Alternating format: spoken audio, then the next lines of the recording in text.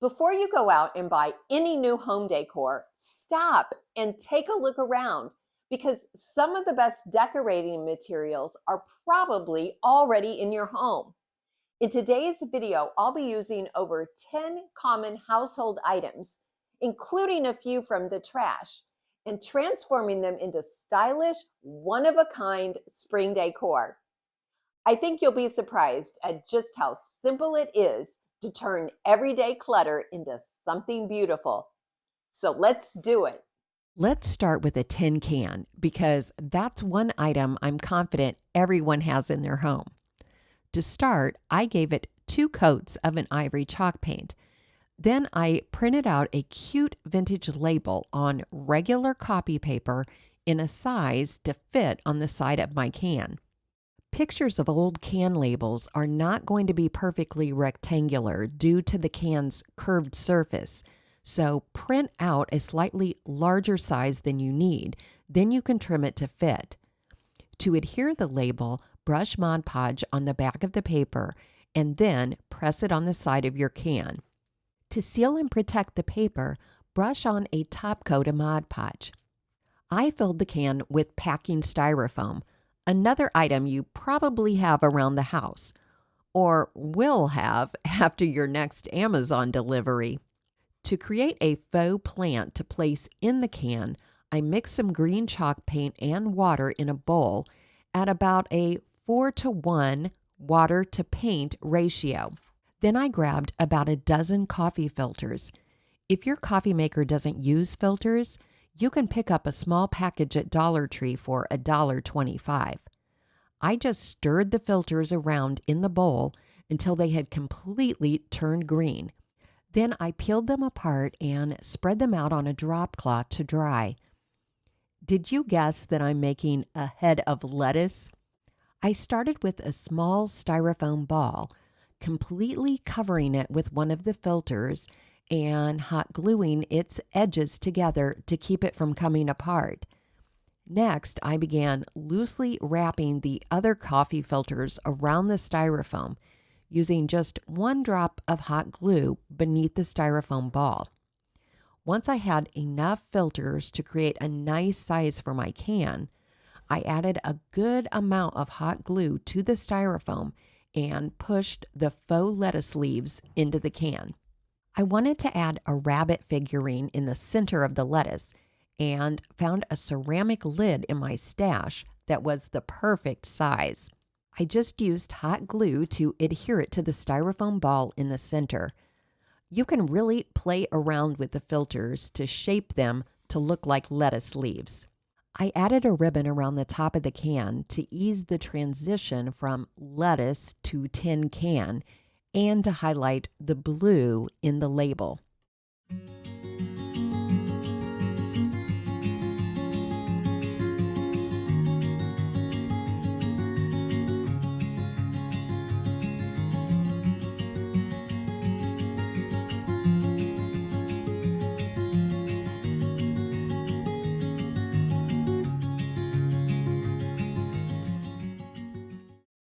When I woke up today, it was 0 degrees outside. And I don't know about you, but when it is that cold, it is really hard to motivate myself to get things done. So I knew it was going to be a Magic Mind day. I've told you about Magic Mind before. It's a performance shot with 12 super ingredients that are clinically proven to improve your focus and motivation and reduce stress.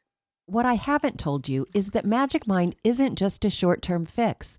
It's a long-term solution that offers several long-lasting brain benefits. Yes, you'll feel a subtle boost within an hour, but the benefits will actually accumulate with continued use. So if you could use a little motivation today or every day, use the link in my description and the code COTTAGE20 to get 20% off your first order of Magic Mind. Do you have an old lamp that still works but has no personality? Well, here's an idea for turning it into something much cuter. First, you'll want to take it apart, which is very easy It literally only took me 2 minutes to do this.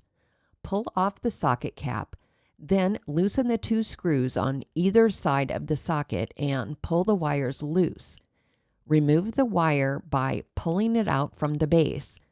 Unscrew the socket base and remove the threaded tube. Usually the tube runs all the way through the lamp, but this lamp surprised me and it only had a short tube with a small vase cap. Find an item of decor that you want to use for the body of your new lamp. I'm using this rabbit figurine.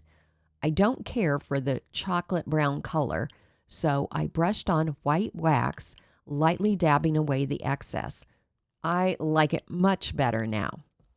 I'm going to attach the lamp parts to the rabbit's basket, so I used a drill bit intended for use on ceramics and drilled a hole through the bottom of the basket. I made the hole just large enough for a threaded tube to fit through. I picked up a longer one at the hardware store since the one in the lamp was so short. I added a washer and nut to both ends of the tube and tightened the nuts on either side of the basket. Then I was ready to assemble the lamp. Run the cord through the tube, screw on the socket base, reattach the wires to the socket, then pop on the socket cover. Easy peasy. You can do this. To camouflage the threaded tube, I gave it 2 coats of brown chalk paint. My paint was pretty old and thick. When the paint was dry, I added some styrofoam inside the rabbit's basket and filled it with small stems of greenery. I hot glued some moss over any exposed styrofoam. To further disguise the threaded tube, I ran twisted mossy vine around the tube and then hot glued some tiny pieces of greenery to the moss. To create a base for the lamp, I found an old wood round in my stash and gave it a couple coats of ivory chalk paint. When the paint was dry, I brushed on some watered down antiquing wax. I wanted the paint to be just a bit darker to match the color of the lampshade I was planning to use. To adhere the wood base, I applied wood glue in the center of the wood round and then applied Gorilla Glue clear gel on the bottom edge of the rabbit figurine. When I looked through my lampshades, the one that was the best size for the rabbit lamp was looking really tired. So to give it a fresh look, I decided to add some lacy trim along the bottom edge of the shade with hot glue. I liked how the delicate white design of the ribbon complemented the tiny white flowers in the basket.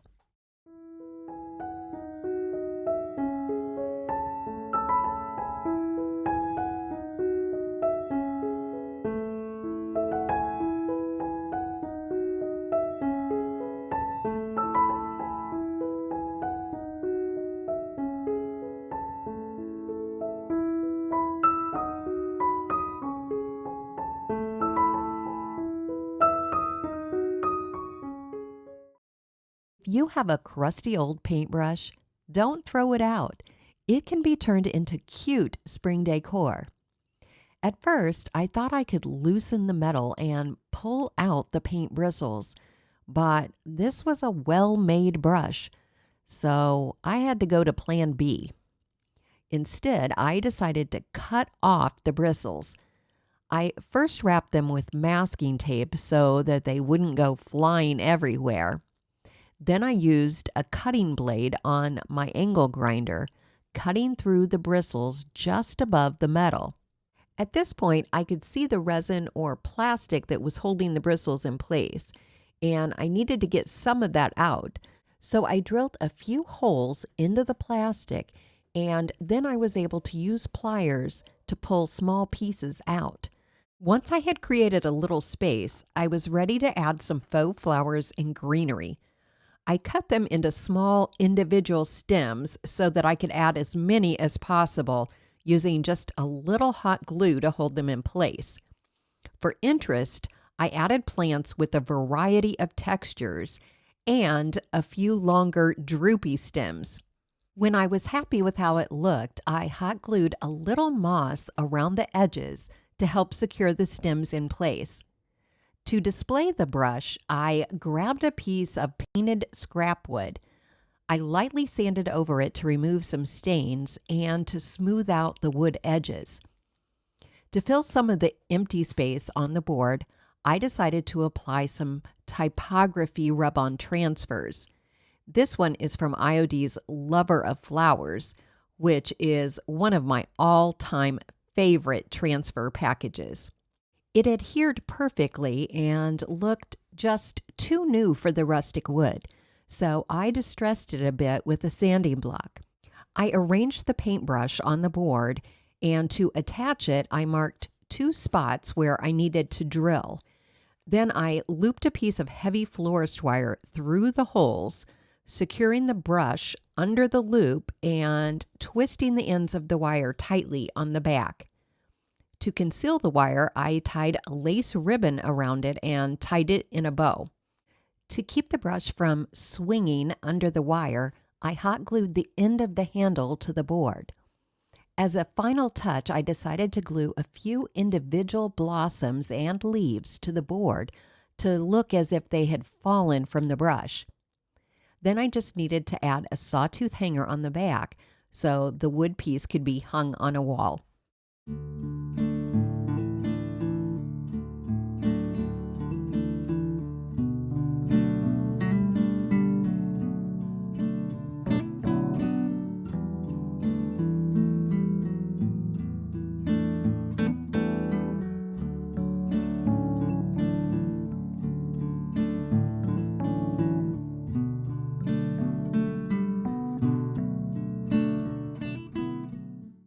I think most of us have bought cheap canvas art at some point, and if you still have it, let's see if we can take it up a notch. To begin, mark a spot on the back where you will cut a hole. Then cut a circle from scrapbook paper or a page from a book and glue it to the back where you want the hole to be.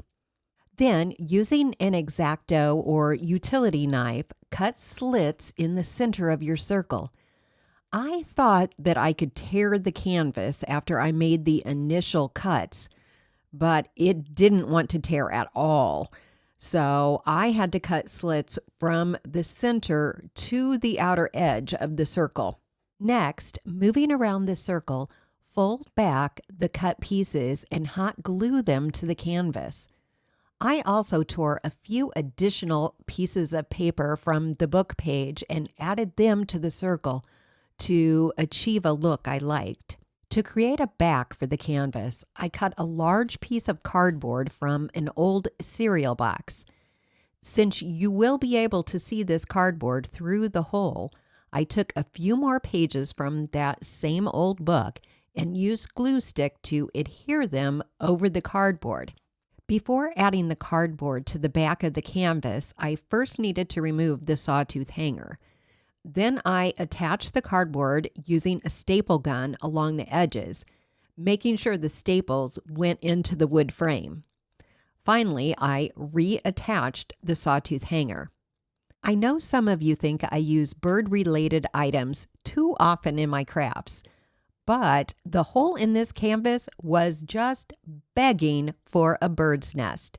However, I'm not going to use a pre-made nest. Instead, I first added some wispy green stems, hot gluing them to an area of the cardboard that was concealed by the canvas. Next, I added some Spanish moss next to the stems, which will act as a nest. Then I added a small bird on top. I found some tiny bird eggs in my stash and hot glued them near the bird. I decided I wanted to spell out the word nest on the cardboard just above the bird, so I cut out letters from the book's title page, which had a larger print size. Then I used a little Mod Podge to glue the letters to the cardboard.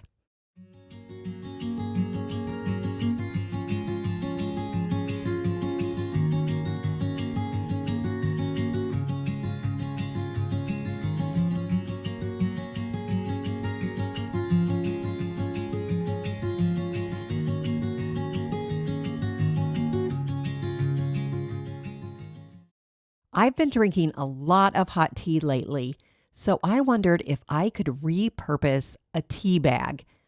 I removed the string, unfolded the bag, rinsed off the tea leaves, and spread it out to dry. Once it was dry, I sprayed it with a repositionable adhesive for stencils and adhered it to a sheet of cardstock, smoothing out any wrinkles. Then I ran it through my printer to print a small botanical image onto the tea bag. I removed the tea bag from the sheet of cardstock and found a small frame for the print.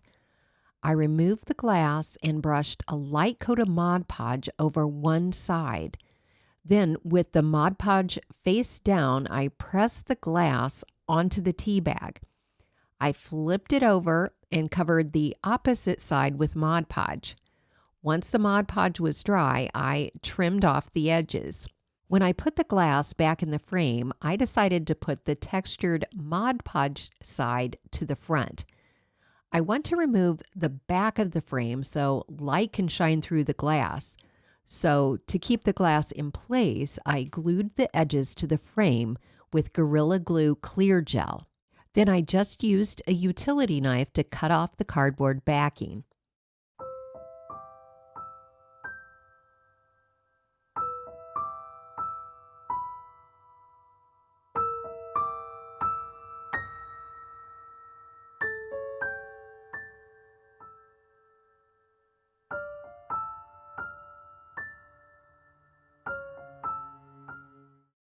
I think we all have a few books around that we've already read or will probably never read.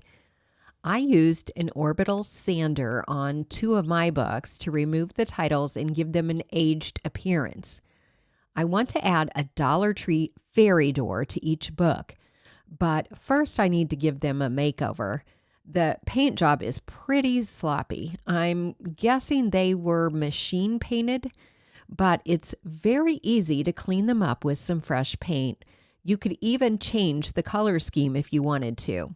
Once the paint was dry, I hot glued moss over the green areas and added tiny flowers to what was originally, I think, a water barrel. I also wanted to add more greenery to the doors and disguise some unattractive features, such as the words across the top.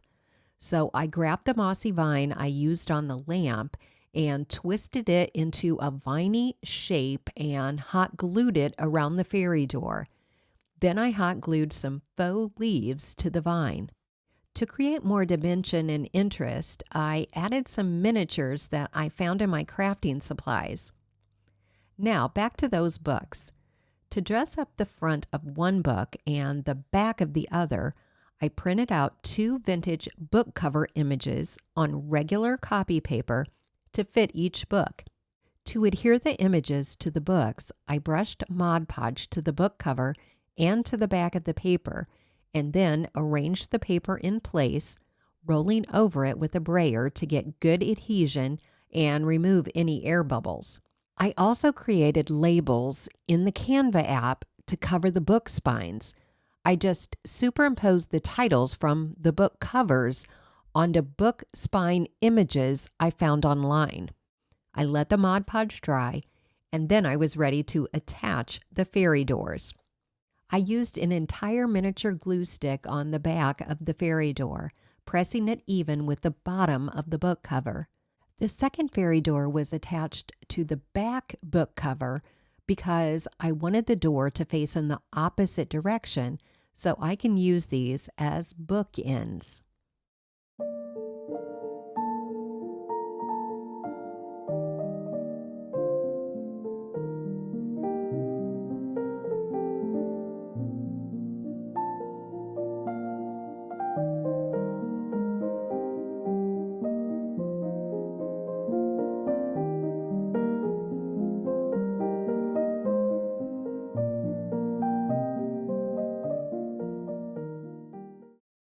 If you've been thinking of buying a new cutting board, now's the time because I have an idea for your old one.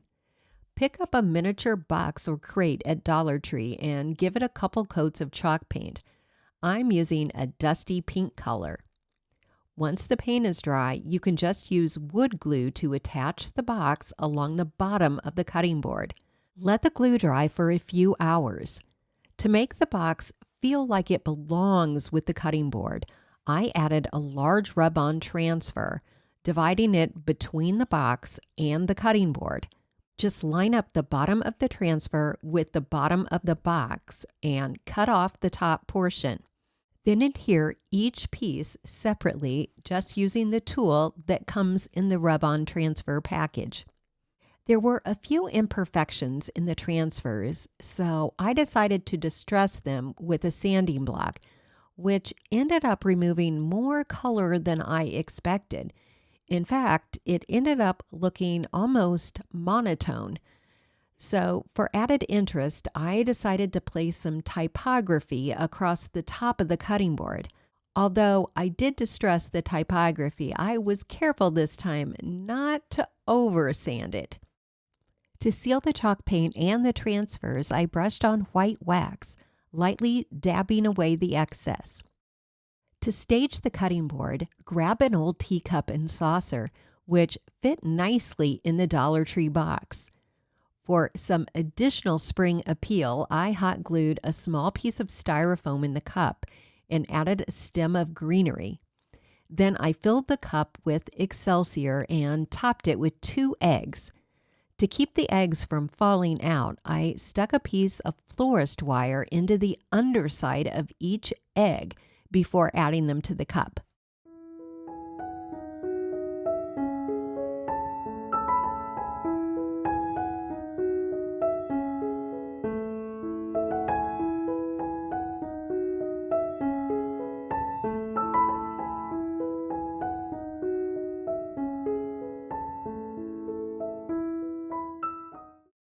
If you have a single salt or pepper shaker missing its partner, this next project is for you. First, remove the stopper from the bottom of the shaker. Then cut several strips of ribbon. I chose white, pink, and green ribbon to coordinate with the flower design on the salt shaker. I cut 13 strips, each about 12 inches long. Then I folded them in half and twisted a piece of florist wire around the center, pulling all the ribbon together in a bunch. I twisted the end pieces of the wire together and pushed it through the hole on the bottom of the shaker and up through the center shaker hole. Then I pulled the 2 wires apart again and ran just 1 wire through a pearl bead and then twisted the wires together again at the top of the bead. To hang the tassel, I ran another piece of ribbon through the loop of wire around the pearl bead. I ran a small green bead onto the ribbon and then tied the ribbon into a loop.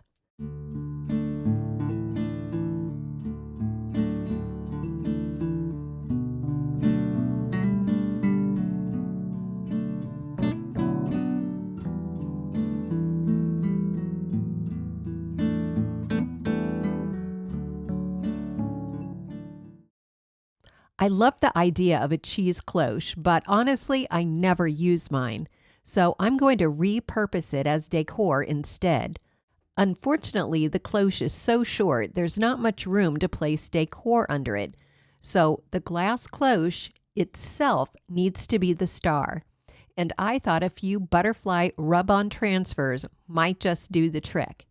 You could add just 1 or 2 transfers or several like I did. They adhere perfectly to glass. To fill the inside, I'm going to add some simple greenery to create an interesting backdrop for the butterflies. I just glued a piece of styrofoam in the center of the wood tray and completely covered it by gluing on fluffy moss. Then I added a variety of greenery, keeping in mind that I couldn't add any stems that were too large or too tall.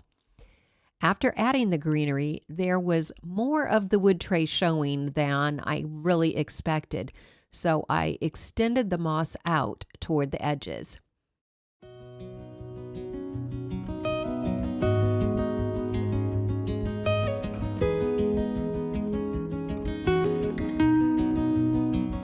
I hope today's video inspired you to look around your home and see what you can upcycle and repurpose into spring decor.